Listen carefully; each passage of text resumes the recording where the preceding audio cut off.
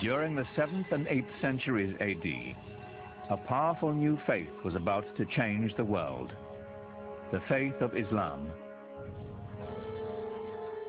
Its followers launched a conquest not only by the sword, but with the power of ideas. 200 years after the death of Muhammad, his message and the new Arab empire were transforming 3 continents. Now comes a new empire, a political new configuration, driven by a religious and newly defined civilization. This new civilization expanding beyond its own dreams within a period of very short time. Literally, the largest empire civilization had ever known.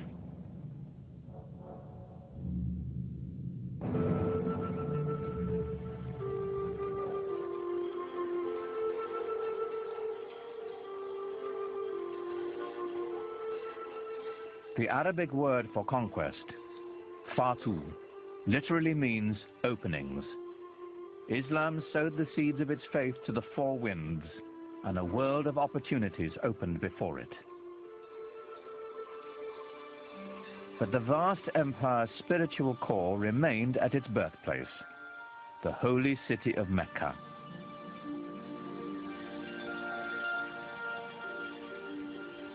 From every corner of the Muslim world, the faithful embarked on the traditional journey to Mecca, a sacred pilgrimage known as the Hajj.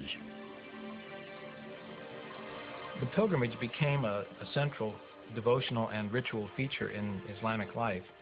In fact, since the life of Muhammad himself, the pilgrimage has symbolized, probably more than any other Islamic ritual activity, unity among all people and equality.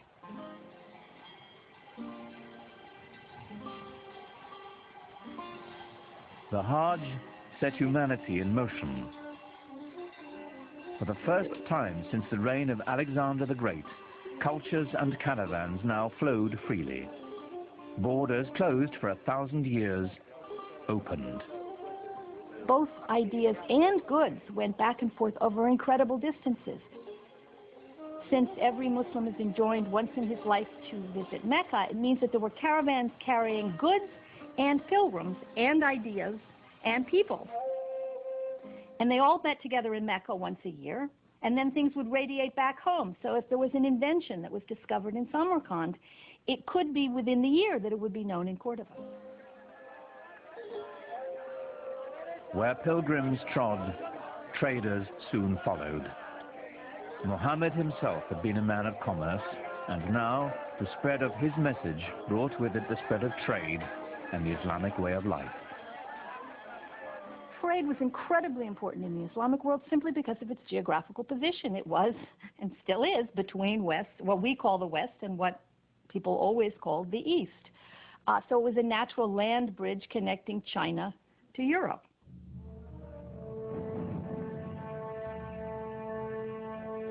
In only 2 centuries, Islam had extended its reach from Spain all the way to the edge of India. It took nearly a year to travel from one end of the Arab Empire to the other. At its heart was a fabled city of wealth. It was called Baghdad.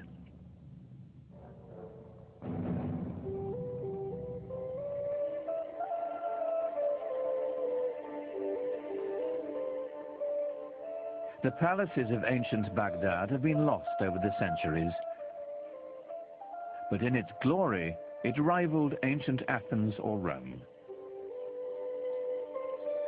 It was a magnificent architectural achievement, the pride of Islam in a new age. One visitor left this account. All the exquisite neighborhoods covered with parks, gardens, villas, and beautiful promenades are filled with bazaars and finely built mosques and baths. They stretch for miles on both sides of the glittering river. But what made this the greatest city of its time was more than just what met the eye. It was the company it kept. Scholars made Baghdad the jewel of the world. Certainly from the 8th century on, Baghdad was the center of learning in the Islamic world, and all major innovations either came from Baghdad or quickly came to Baghdad because the best people came to Baghdad, the best thinkers, the best philosophers, the best artists. They came in search of answers to pragmatic questions. The empire's meteoric growth had left its new leaders overwhelmed. They had staggering engineering and logistical problems to contend with. Solving them would take the greatest minds of the day. Under the new empire now, you are responsible for public hygiene, you are responsible for the marketplace, you are responsible for goods being sold in the marketplace. All of those require some basic elementary sciences. This new civilization, having a need for science, really stems from the need to run that empire. The best minds rose to the call. The finest were welcomed at a center of scholarship, Baghdad's renowned House of Wisdom. It was a magnet for scholars and intellectuals who came and worked in the academies. There were public libraries associated with the palace, and scholars came from all over the empire. And there were scholars from Iran, there were scholars from Byzantium who came. Some were Christians, some were Muslims, some were Jews. And all of these different sort of threads of human knowledge came together in the city of Baghdad. So the net effect of this is that you've got human individuals from radically different cultural traditions being thrown into the same crucible.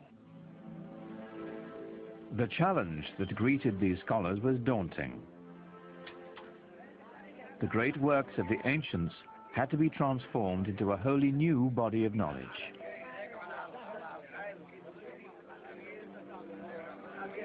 Competition for jobs developed within a new intellectual elite. And from there on, every single scientist is competing for that job. They were competing among themselves almost just in the same way that modern bureaucrats and modern academicians will fight among themselves.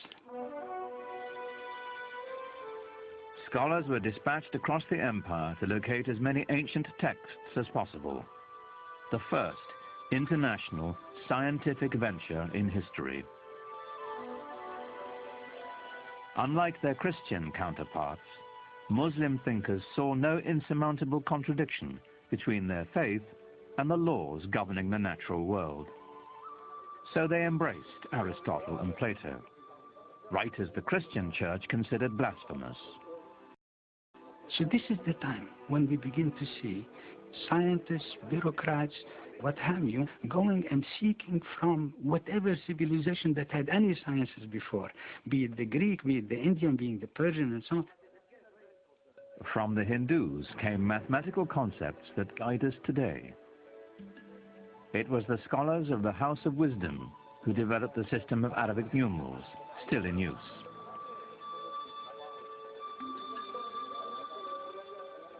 It is they who translated and transformed the writings of the Greeks and made a gift of them to the modern Western world. The Renaissance had its beginnings in Baghdad. They managed to assimilate quite a lot of the rich legacy of the Hellenistic world, translated into Arabic initially, which was then made available to all other participants in the new Islamic civilization. Arabic emerges as the language of learning throughout the region. This is a very significant development in human intellectual history. Having amassed the knowledge, the Muslims now began to challenge it. This was perhaps their most important contribution. The scientific process was born. They wanted to know why a very intelligent Greek scientist whose text they were just admiring and they were verifying it. Why would he make a mistake in the first place?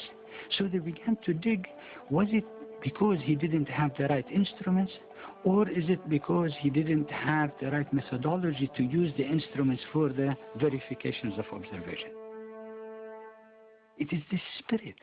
You see, the spirit of questioning, the spirit of saying that we have to build science constantly on a systematic, consistent basis where we make a physical proposition of how the universe ought to be run, and the mathematical representation of that physical universe ought to match.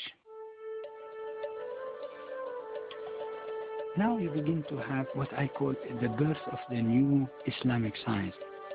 Algebra and trigonometry, engineering and astronomy, countless disciplines integral to our lives today trace their roots to Islamic scientists. More surprising, perhaps, were their innovations in medicine.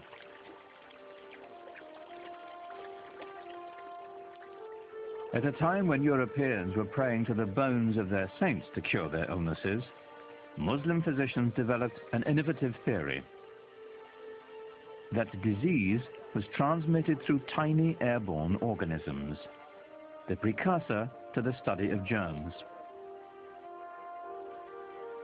They determined that sick patients should be quarantined and then treated. This is the basis of the institution most fundamental to medicine today, the hospital. Funded mainly through religious endowments, Muslim hospitals had separate wards for patients suffering from different kinds of disease. Even mental illness was treated. Their studies of anatomy were so sophisticated that they remained in use by Muslim and European physicians for 600 years.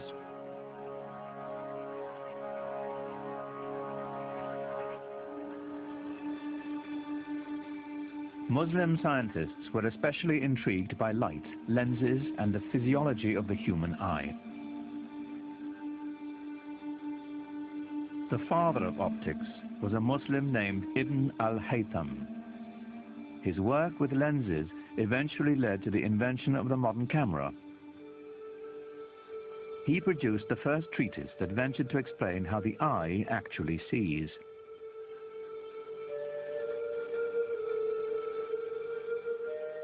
A 1,000 years before the West dared to take up the practice, Muslim doctors were removing cataracts surgically, clearing them from the eye with a hollow needle.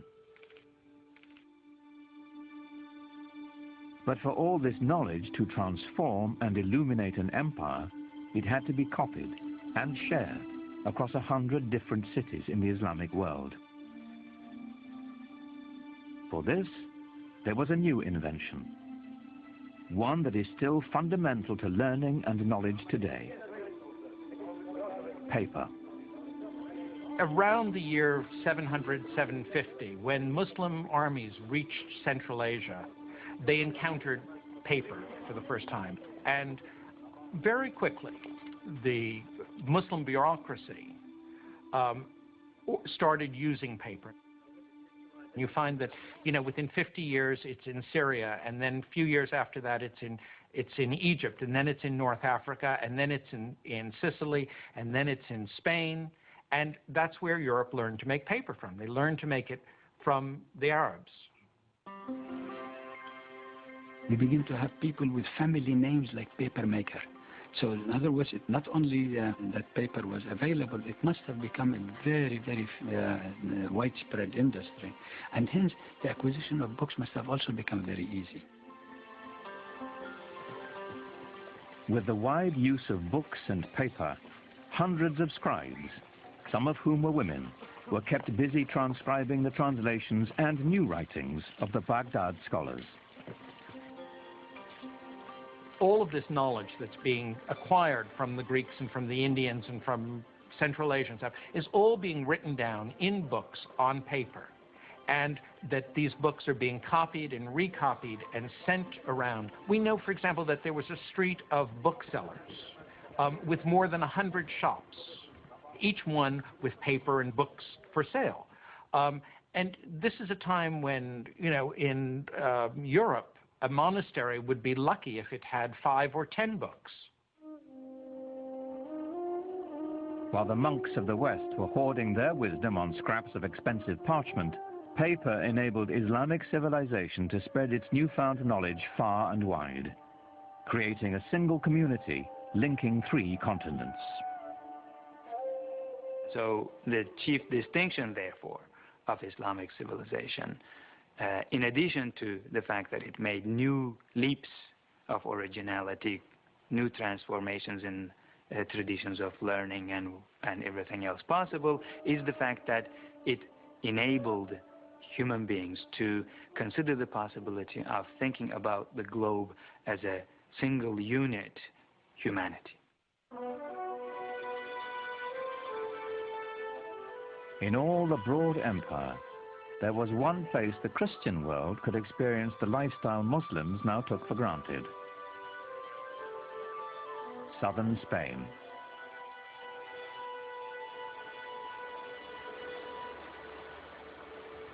Here, on the European continent itself, Islamic culture would begin to have an effect on the European civilization around it. 1,000 years ago, the Spanish city of Córdoba was a center of learning and culture that rivaled Baghdad. Today, Córdoba's narrow lanes hearken to its medieval past. During the Dark Ages, this was the most prosperous and sophisticated metropolis on the continent. It had streetlights and paved roads, libraries, hospitals and palaces. This was a city of light, a Muslim city. The city of Córdoba in the 9th and 10th centuries was one of the biggest and most exciting in Europe. We have descriptions of it by people coming and saying, all these flowers everywhere, this open streets, this wonderful light coming down. Northern cities were dark.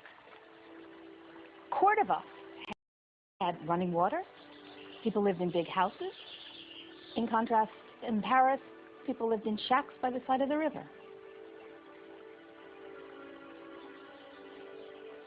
The glory of medieval Córdoba is here, in what is now the great Roman Catholic Cathedral in the middle of town.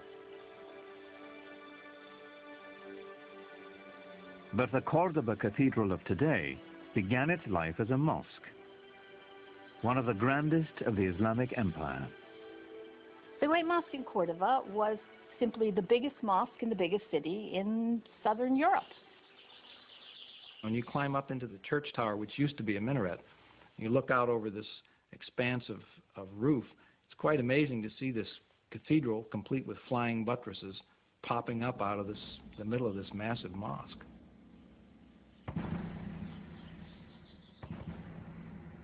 Many people came to visit it to view the wonders of the mosque, which had rib vaulting, the kind of vaulting which is like this, and which 100 years later, by a mere coincidence you might think, but not at all a coincidence, appears in the Gothic cathedrals of Northern Europe, in Lincoln Cathedral, in Chartres Cathedral in France. Where does that come from? Obviously influenced by the great Mosque of Córdoba in the south of Spain. For the occasional European Christian traveler, Córdoba was their one opportunity to glimpse the Islamic world. What they saw was shocking. Most of Europe at that time languished in poverty and squalor. Córdoba was a pageant of prosperity and enlightenment. In the 10th century, there was a Saxon nun with the unpronounceable name of Hrotswitha, who called medieval Córdoba the ornament of the world. She was very taken with the place.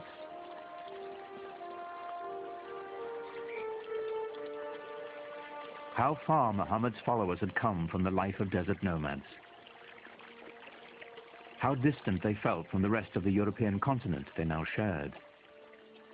Christian Europe, due north, was struggling on through the Dark Ages.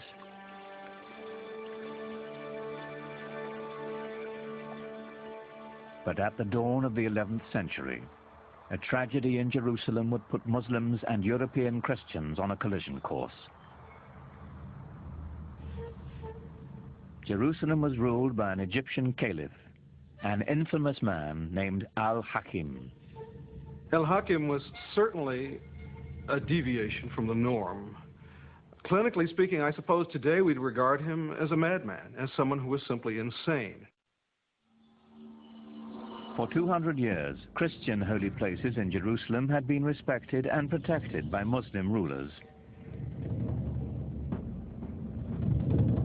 In 1009, the Egyptian ruler Al-Hakim broke with that tradition. He ordered the holiest church in Christendom destroyed. And horror of horrors, he burnt down the Church of the Holy Sepulchre in Jerusalem.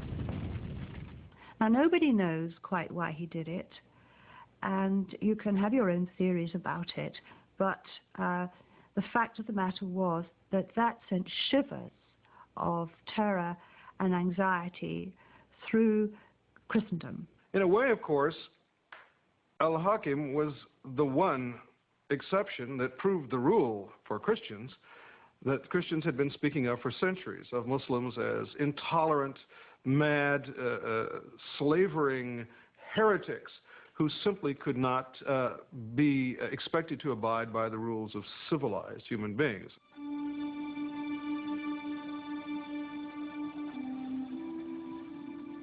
The fact that Al-Hakim's successor rebuilt the Church of the Holy Sepulchre, it was done by 1048 with Byzantine help, didn't cut any ice.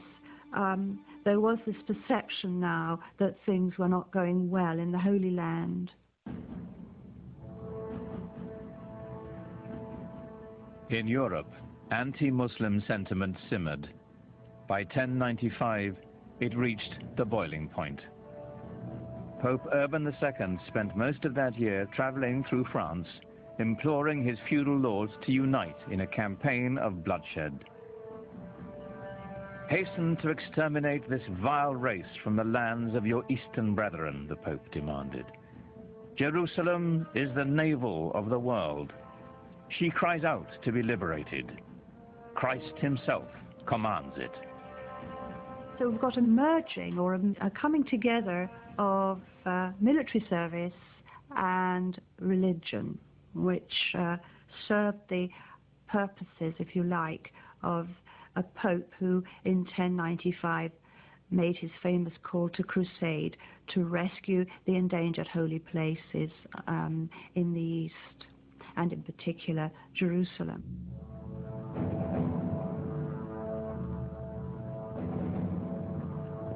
In 1097, Muslim shepherds in Syria caught their first glimpse of a sight that would soon strike terror throughout the Holy Land. When the Crusaders struck, by sheer chance, the Arab Empire was at its most vulnerable, broken into feuding kingdoms and petty dynasties. They couldn't have chosen a better moment, because the Muslim world was in a very fragmented state. The great rulers of the time had died, and into that power vacuum there came this most unexpected enemy, the Crusaders from Western Europe. Who would have thought that a new enemy would come to the Islamic world from that unexpected quarter? It was completely unprecedented. It was a real surprise. The Muslims didn't really know who they were. They thought they were just another lot of Byzantines who were coming, as usual, to be a nuisance and fight on the borders. They had no idea that there was this extraordinary surge of religious fervor and fanaticism coming from Western Europe, and that the aim of this group was Jerusalem.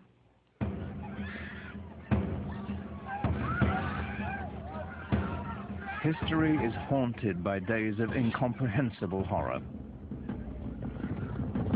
Few are darker than July 15, 1099, when the Crusaders entered Jerusalem.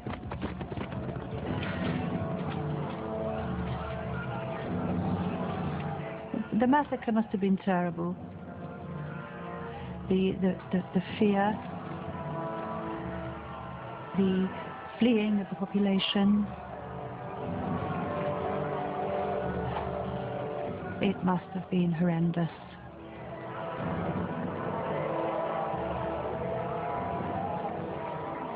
From a letter to the Pope from the Crusaders.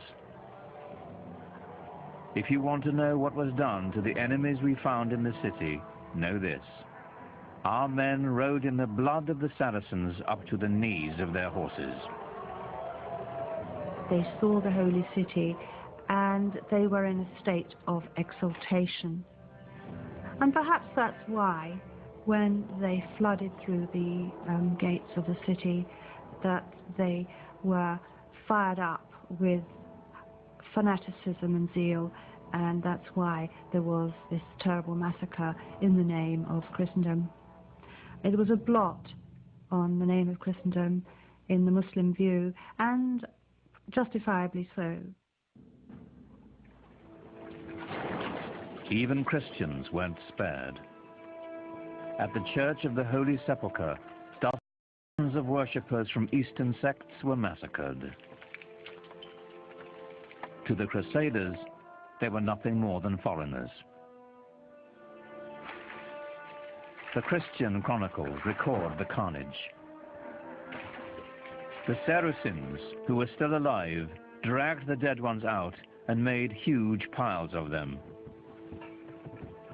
Such a slaughter of pagans no one has ever seen or heard of. The pyres they made were like pyramids. They shocked the Muslim world when they came.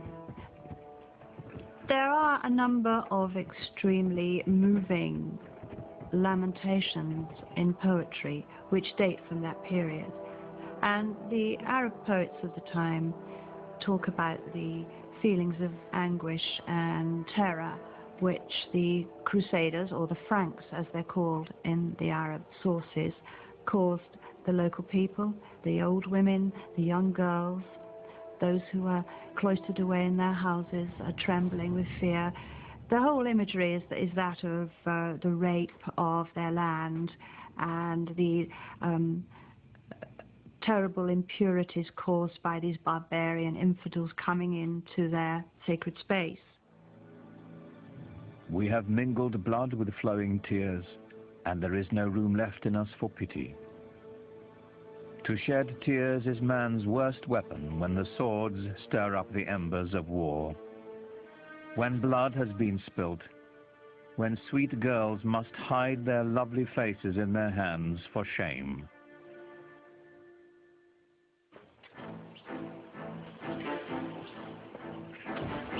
The First Crusade was over. Of the 100,000 men who began the campaign, most would eventually return to Europe, having had only a glimpse of Muslim life.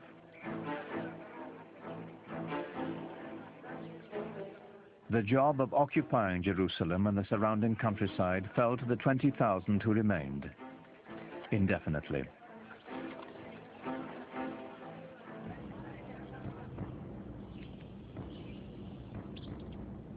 To secure their occupation, the intruders did here what they had done in Europe. They built castles. The Crusaders built the finest castles that the Near East has ever seen. And the proof of that is that they're still there.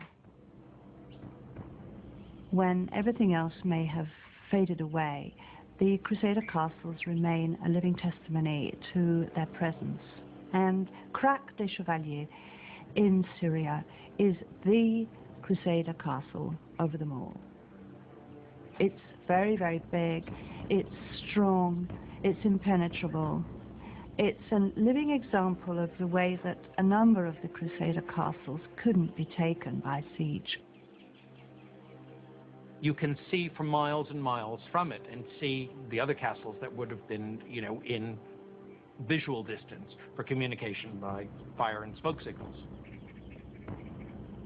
It's got, all the accoutrements of a good medieval castle with battlements and turrets and places for pouring boiling oil and other liquids down onto the enemy. But inside that castle, what was life really like? It wasn't merriment and festivity. It was constant fear. You had to be on the lookout in case someone was trying to mine the castle or to climb over the walls with scaling ladders. The people outside, the population, the local peasantry, they were not friendly, so you had to watch their movements all the time. It was a terrifying place. The Crusaders made treaties and broke them. They harassed the traders who passed by their castles. As they raided caravans, the Crusaders learned of a luxurious lifestyle unheard of in Europe. Well, materially, the Crusaders were just blown away by what they found in the Middle East, and they took a lot of it back with them. Inlaid metalwork, textiles, silks, things like that they had just never seen in such quantities before. The good life. These things they brought back to Europe, some as souvenirs, and in fact there was a whole industry that developed in the Middle East of providing souvenirs for the Crusaders to take back.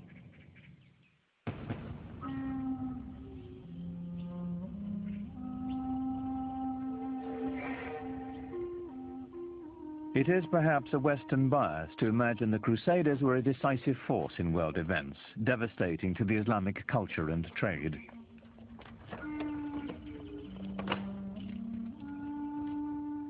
The truth is, while the Knights of the Crusades were bunkering down in their castles, Islam was spreading its influence and flourishing.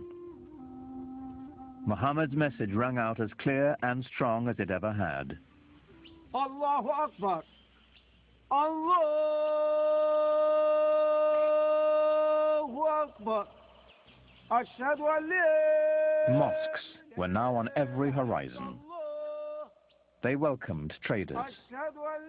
They housed schools and hospitals.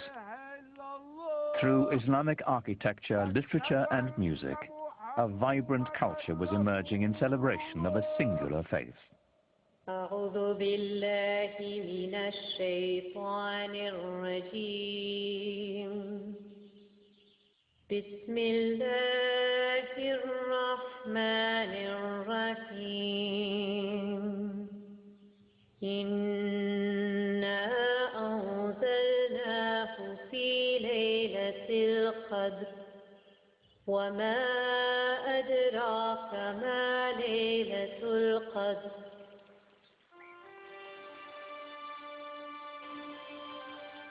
Faith had launched an empire. Culture was now enlightening it. But ultimately, what united it was trade. For the Muslims, trade, like science, brought innovation. Business was expedited by a revolutionary concept called the sack, a check that could be written in Spain and cashed in India. Writing a check assumes that someone's going to honor it and cash it at the other end, and that if you give the money or you have the money in one place, that someone will say, I have access to that somewhere else. So this implies that you have some kind of central bank or central loan organization who's going to be good for the money. So it frees up your ability to travel. It frees up commerce because, again, the money doesn't have to be moved from Samarkand back to Cordova in order to go back the other way the next year, so that you can base it all on trust and faith. And Muslims became some of the greatest merchants of Middle Ages.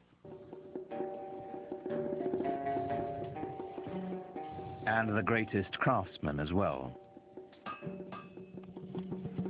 From the Persians, Muslim blacksmiths learned how to fold steel to give it strength and flexibility. The swords made in Toledo and Damascus had no equal in the world.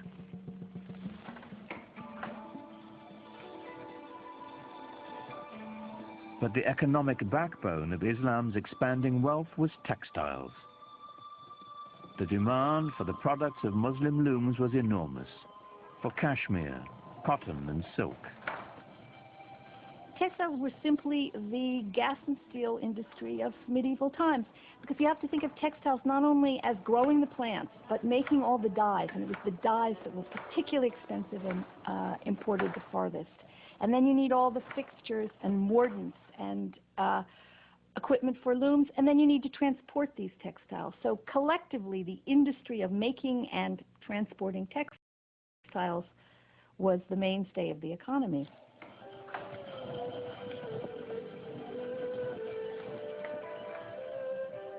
While Europeans settled for coarse woolen and linen garments, Muslims wore brocaded fabrics of organdie, damask and taffeta, words that came into the English language from Arabic and Persian. The fabrics that were produced in the Islamic world were among the finest ever produced.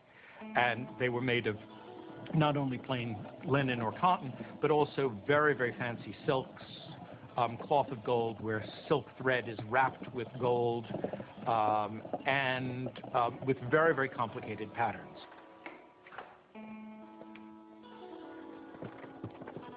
These complex patterns were coveted by wealthy Europeans and the church as well. When the Christians needed a cloth worthy of wrapping the bones of their saints, the choice was obvious. They looked to a Muslim loom. But sometimes the fabrics were trimmed with decorative Arabic text from the Holy Quran. And so the words of the Prophet sometimes appeared in shocking proximity to Christendom's holiest icons. It is not unusual to find in Italian Renaissance paintings, for example, to find paintings of the Virgin wearing a robe of very fancy patterned cloth and precious silks embroidered with gold or woven with gold designs.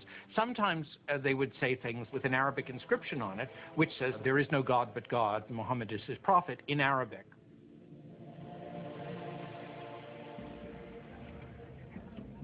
After almost 100 years of broken treaties and sporadic fighting, the Muslims reached a turning point in their struggles against the Crusaders. It came in the person of one of Islam's most celebrated figures. His name was Salah ud-Din, but the West would remember him and come to revere him as Saladin. There is certainly one thing that we must recognize about Saladin, and that is that he was successful where many others of his faith and of his part of the world had not been. That he possessed one unusual feature, in addition to his intelligence and his robust physical strength. He certainly seems to have been a great inspirer of his military followers. In 1187, Saladin amassed an army of 12,000 mounted warriors and lured the Crusaders out of Jerusalem onto a plain between two hills called the Horns of Hattin.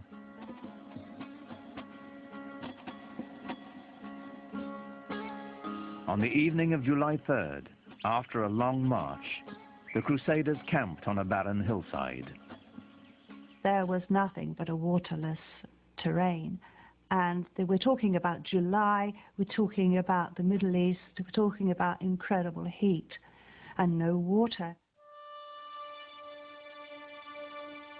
As dawn approached, Saladin's men set fire to the tall grass, and a strong wind carried the flames into the Christian encampment.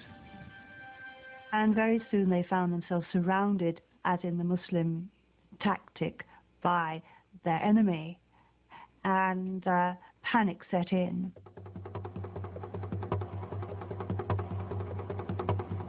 The flames bore down on them, and the heat became intense, Saladin's secretary wrote. The people of the Trinity were consumed by the fire of flames, the fire of thirst, and the fire of arrows. The army of the Crusaders was totally decimated. The victory at Hattin was a real turning point for Saladin. It meant that he could then proceed to take Jerusalem later on that year. 3 months later, Saladin entered Jerusalem. For the first time in almost a century, the call to prayer floated over the holy city once again. Allahu Akbar. Ashhadu an la ilaha illallah. Ashhadu an la.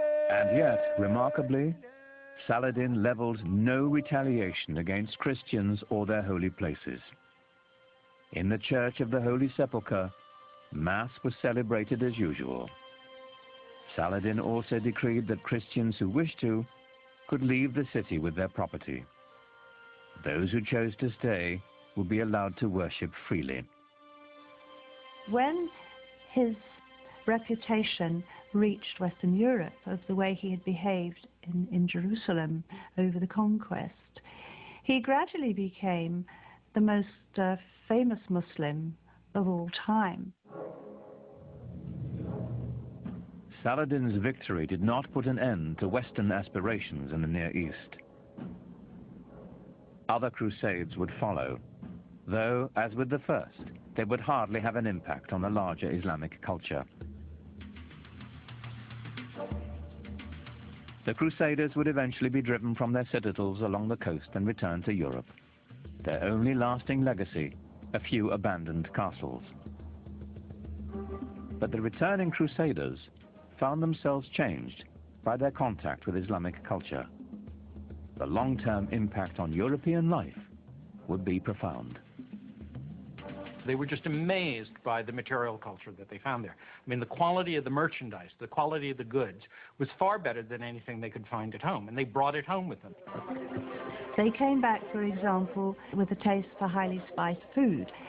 They imported pepper and cinnamon and other Oriental spices because their taste buds had been whetted by a different cuisine. We know that they found out the delights of using soap when they were in the Middle East, and it would appear that that caught on back in Europe. After the Crusades, many Europeans were far more open to the ideas of what was going on to the east, what was happening in other parts of the world. They simply couldn't be as insular as before. Lots of people were open to, well, what's out there? Let's explore this. Let's see this. New intellectual thoughts. Let's see what these people are writing. Let's learn languages. This is when people start to learn Arabic slowly in the West. As the barrier of language dissolved, ideas born in the great Muslim cities began to filter into Europe, ideas that would forever change Western thought. The great Italian theologian Thomas Aquinas used the writings of the Muslim philosopher Averroes to justify the clear separation of faith and reason, a Muslim ideal that formed the basis of all scientific inquiry and led to the European Renaissance. Averroes himself appears in Raphael's classic Renaissance painting of great Western thinkers. Here, alongside Plato and Aristotle, stands a vivid reminder of the debt the world owes Islam. The scope of Islamic civilization has now reached levels which certainly were not accomplished by any other civilization, known civilization of the world. It actually unified parts of our globe in ways that had not been witnessed before. But this golden age of Islam was not to last.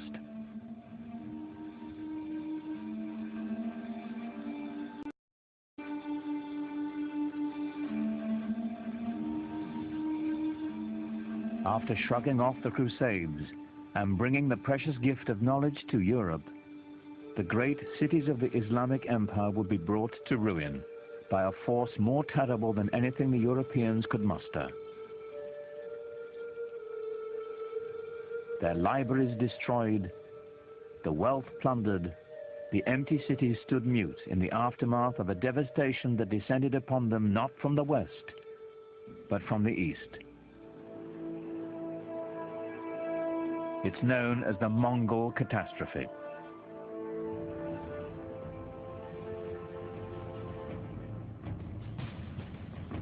The Mongols were Turco-Mongolian nomads from the steppes of Central Asia. In the 13th century, they rampaged across much of Eurasia between the Ukraine and China. It wasn't long before they entered Islamic Persia.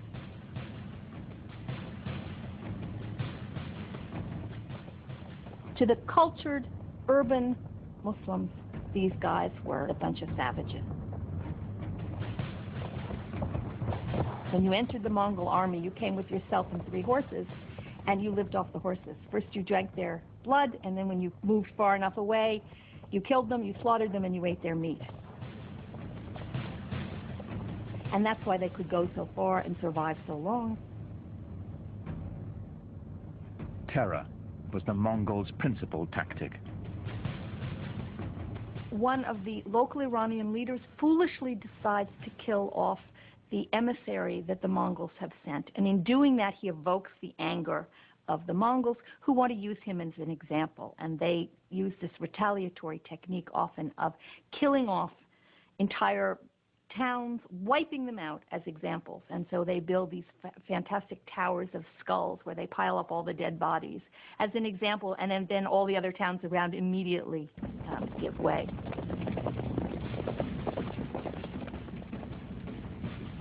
City after city fell before them. It was only a matter of time before they reached the center of Islamic power.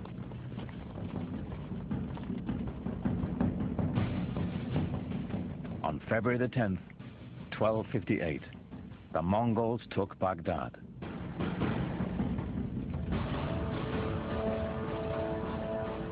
According to the Arab chroniclers, the Mongols put Baghdad to the torch and killed 10,000 inhabitants.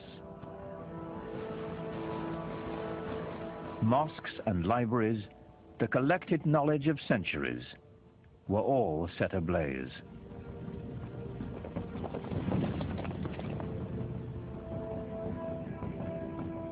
Within less than 50 years, the Mongols seized the heart of the Islamic Empire from the Arabs.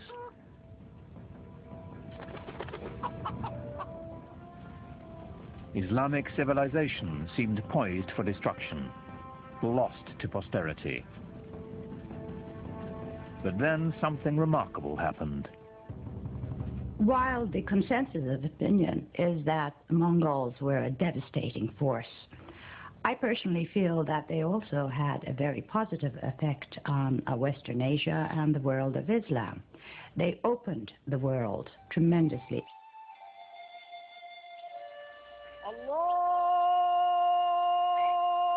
Akbar, Allahu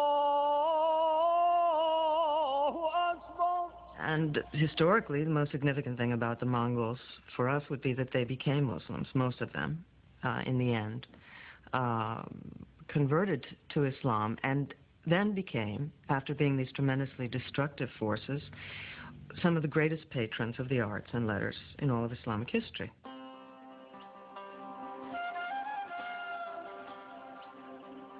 The conversion and its lasting effect was extraordinary. Within a decade, the Mongols had gone from building towers of human heads to building mosques glorifying God.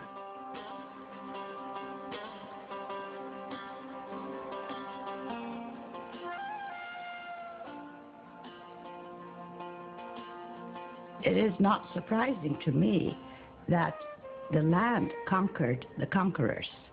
The Mongols themselves became Muslims or Islamic leaders par excellence.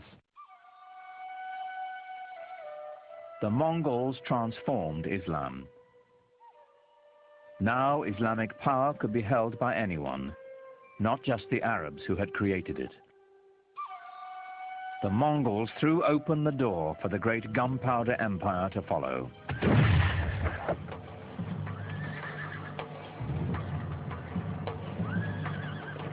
The empire of the Ottoman Turks.